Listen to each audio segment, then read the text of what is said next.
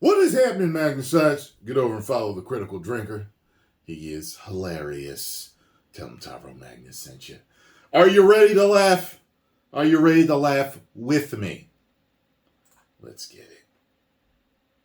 You know, maths was never exactly my strong suit, which I guess is the price you have to pay when you use a bottle of turpentine as a warm-up drink before going on a night out. But even my limited computational abilities were enough to tell me that Indiana Jones and the Dial of Destiny is likely to go down as one of the most expensive flops in Hollywood history. I'm sure. Not just because it stars an 80-year-old lead who was already over the hill when he did the last indie movie 15 years ago. Not just because it's being made by a studio with a long and sordid track history of deconstructing, humiliating and destroying popular legacy male characters in a pathetic attempt to elevate their boring, generic and flawless idealized female replacements. Not just because the creative powerhouses responsible for the first 3 genuinely awesome installments of the franchise wanted nothing to do with this turd. Not just because it co-stars an insufferable female character played by an insufferable actress that's rapidly becoming the new Brie Larson. Is that like a personal attack or something? Not just because of the scathing reviews coming from an access media that normally defends every new piece of soulless corporate entertainment like their very lives depended on it. And not just because every single teaser and trailer released for this movie has gone down about as well as Ezra Miller at a kid's birthday party. The Magnus wizard? No, the reason it's Destined... Everybody uses that clip. Everybody that I watch that talks about Ezra Miller uses that clip. God. Oh, man.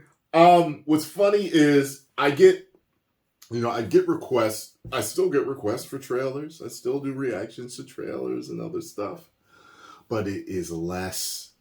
As a matter of fact, I would say a lot less than it used to be. See, I'm not the only one that has been changed, whose reactions have been changed to this entertainment shift. The shift in entertainment. My fans, my followers, my subscribers, whatever you want to call them, and fans around the world are no longer excited. You know, I pay attention to views. You know, there are certain videos that I do because I want to do them, whether they're going to get a lot of views or not. And some, of course, I do because I know they're going to get a lot of views because I know my fans want to see them.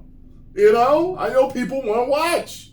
They want to see my reaction to something. And there were reactions that I did to trailers like for this and for like Secret Invasion and like a couple other things. I'm like, nobody wants to see this. Nobody. But then, you know, the first Flash trailer, people were excited for it. You know what I mean? Transformers, you know. I mean, like there's certain movies and stuff that people are really excited to see, whether they're going to be a flop or not. You know, Transformers did better than Flash, you know, but these tentpole, you know, type big event movies. And this is supposed to be, this should be one. This Indiana Jones. But that last one didn't do that great. Even though I didn't think it was as bad as what people were saying. I enjoyed myself, but there's definitely a gap in the feel of the first 3 to that 4th one. And I'm sure with this one. They're making some of the dumbest Bud Light decisions, you know, all these movie companies, you know, and I call them Bud Light decisions because Bud Light seems to be the most public one to where people boycotted, made a super huge dent in the company, and then Target, and people are going to continue to do it because they're realizing boycotting works. So I'm telling you, Disney, Marvel, Lucasfilm, WB, HBO, whoever else is listening out there, you guys know what you need to do to get the fans back. To fail is the price tag. $300 million. Fuck.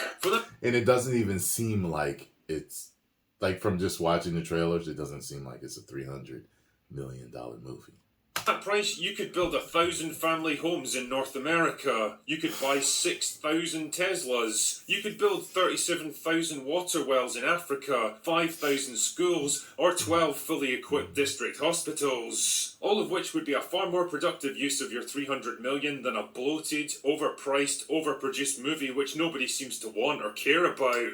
But drinker, you handsome globe-trotting dealer of rare antiquities, I hear you say, $300 million isn't that much to make back. Plenty of movies earn 2 or 3 times that amount at the box office, so what's the problem? Son of a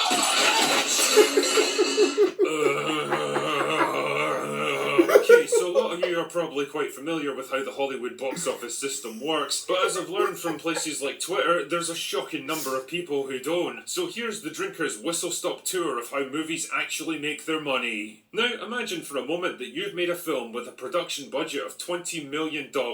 Nice job, you absolute Chad, you. But hey, now it's time to release it into the wild and start raking in those sweet, sweet dollars. But wait, before you can do that, you have to promote the movie so that people actually know about it. That means running TV commercials, trailers, posters, billboards, press junkets, YouTube, radio and magazine ads, all of which cost money. A lot of money as it happens. At least half as much as the production budget, if not more. So that's another $10 million that you're going to have to lay out. Now you've got to make back $30 million just to break even. That's okay though, because your movie's pretty good, and $30 million isn't that much. But wait, there's more. Because as it turns out, movie theatres don't just show movies out of the kindness of their hearts. They're businesses who expect a cut of the profit, about 50% as a general rule. That means roughly half of the box office receipts are actually going to make their way back to you. So now your break-even point has jumped from $30 million to $60 million. And that's not even counting the interest that you probably have to pay back on all those loans you took out to actually get the movie financed. Or the fact that it's now common practice in the industry to underreport movie budgets by up to 20% using a combination of shady accounting practices and dodgy tax write-offs, or all those expensive back-end deals that you might have had to negotiate with your actors so that they get a cut of the box office on top of their salaries. Suddenly that all-important break-even point is looking further and further away, isn't it? Now imagine that your movie cost $300 million. Well, that you're willing to admit publicly at least, with a marketing spend of about $150 million to go along with it. Plug those numbers into our little formula and you're looking at something in the region of $900 million at the global box office. And that's just to break even, never mind turning a profit. Because let's be honest, people don't gamble hundreds of millions of dollars just to make a few million back. No. They spend big because they expect to earn big. And this leads to one of the other major problems with big budget films today. Studio interference. See, Hollywood executives start to get kinda jittery when there's mountains of cash floating around,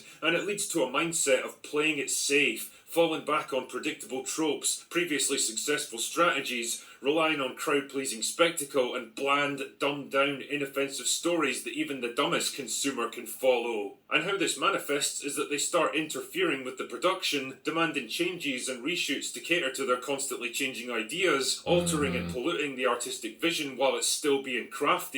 I mean, look at Justice League if you want an extreme example of how badly this shit can go wrong. Either way though, these unplanned changes inevitably slow down production, adding to the time and cost. It would have been better if he did that shot and you had this whole sound effect of oh. Involved, which in turn drives up the budget and increases the anxiety of the studio executives even more. It becomes a kind of self-perpetuating bullshit loop where their own overspending causes them to start meddling in things they don't really understand. And because they just can't leave it alone, each problem only serves to exacerbate the other. And ultimately, the biggest loser is the movie itself, because what you usually end up with is a bloated, overproduced Frankenstein's monster of a film patched together from a bunch of conflicting ideas and demands, made by a demoralized cast and crew burned out by a protracted shoot, and edited together by overworked VFX teams that lack the time and resources to properly finish their work. Sound familiar? All of this adds up to one inescapable conclusion, not just about Indiana Jones, but about movies in general. They're too fucking expensive now. And because they're too expensive, they become too safe and predictable, too mired in studio inertia, too dependent on overblown visuals and tedious formulas. It's one of the many reasons the superhero genre is rapidly sliding into its Vegas residency phase. Well, apart from creative burnout, repetitive formulaic scripts, increasingly convoluted and ridiculous extended universes, a deluge of low-quality TV shows trying to ride the wave, and the simple fact that 2 decades of familiarity eventually breeds contempt and apathy. No, it's the fact that they're so fucking expensive to make. Most of them today rely on spectacle, big blowout set pieces, and a series of visual hammer blows to distract you from the fact that their story has all the energy, originality, and personality of an overworked, manically depressed AI, which is probably what actually writes most of them now. And you don't need me to tell you that visual effects are expensive, and the more you rely on them to get arses in seats, the more your budget creeps up, and the more difficult it becomes to reach that magical break-even point. That shot always looked weird to It's me kind of right ironic there. that the entire genre is Red basically green sinking screen. under its own weight, having to expend more and more resources to try to attract the attention of a dwindling audience, until eventually the formula collapses and the system becomes unsustainable. And believe me, that might not be far away at all. Having spoken to people in the industry, I can tell you that a lot of them just want the genre to fucking die so they can move on to something easier and more profitable. They all know that the end is coming, but it's difficult for a studio to let go of a good thing, especially when they still have like a dozen projects in the pipeline, and so they're stuck in a kind of creative purgatory, huddled around the dying embers of a once roaring fire and convinced they can somehow coax it back to life for a bit longer. All of this is to say that the age of the mega blockbuster feels like it might be coming to an end. Budgets and productions have grown to the point where they're almost exceeding the ability of the market to sustain them. And to be honest, I'm perfectly fine with that. Bigger is not always better. True. Some of the best movies I Last watched Joker. this year were made for a fraction of Indy 5's budget. In fact, for what they spent on this, Disney could have produced half a dozen mid-budgeted movies and actually trusted the filmmakers to deliver bold and inventive artistic visions instead of gambling everything on one film that had to reach an almost impossible goal just to avoid losing money. And in case you're wondering, for a bit of context here, the original Raiders of the Lost Ark was made for just $20 million. That's about $60 million in today's money. I wonder which one is going to be more fondly remembered. Anyway, that's all I've got That's for saying today. something. Go away now. That is saying something. Thank you very much, Drinker. That's saying something. Wow. Yeah. Budget isn't everything, you know. It's a combination of things, you know.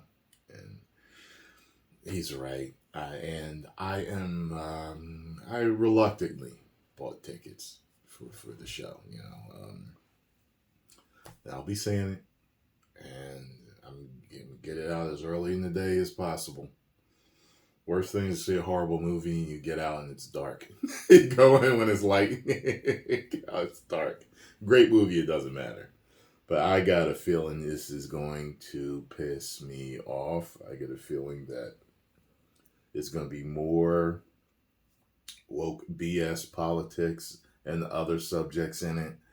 And I am an Indiana Jones fan, man. And I am preparing myself to be let down. It's almost like it doesn't, like, you can go into a movie preparing. So everyone has their biases, and you're always biased. No matter the people that say they are biases always exist.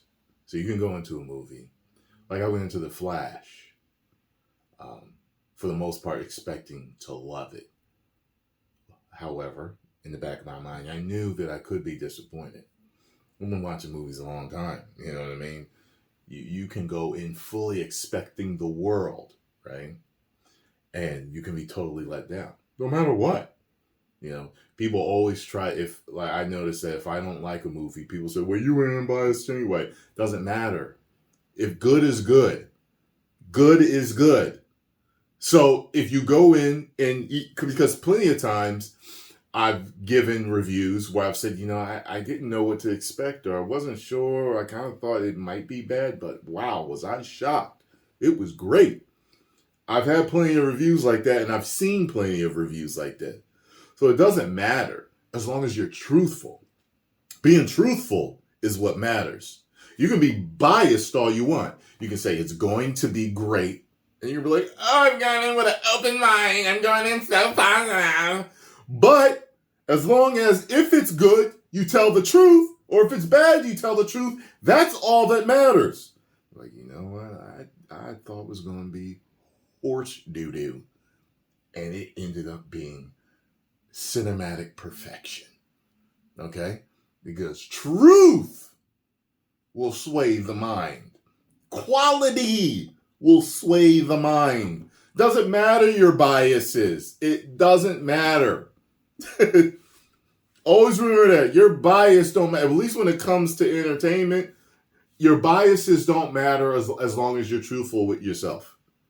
That's the statement I'm giving. Your bias doesn't matter with entertainment as long as you're truthful with yourself about the product. Because you're always going to have people that are fans of something and not fans of something, or you're going to have people that are in between. You know, some people don't, you know, like, I don't know, you can say someone's never seen anime, but they've got this whole nerd type vibe thing that they've heard and they think is what it is. And then they watch something anime and they're like, this is great. They were biased into thinking it was only for nerds. But then when they watch it, they're like, wow, this is really good. Like there are people that wouldn't watch anime but watched the Boondocks and didn't realize it was anime. You see what I'm saying? So, and then you like the Boondocks and you like anime, buddy. Okay, you like anime. You know, so whatever. Post comments down below. Let me know what you all think about the situation. I will see you on the next video. Woo!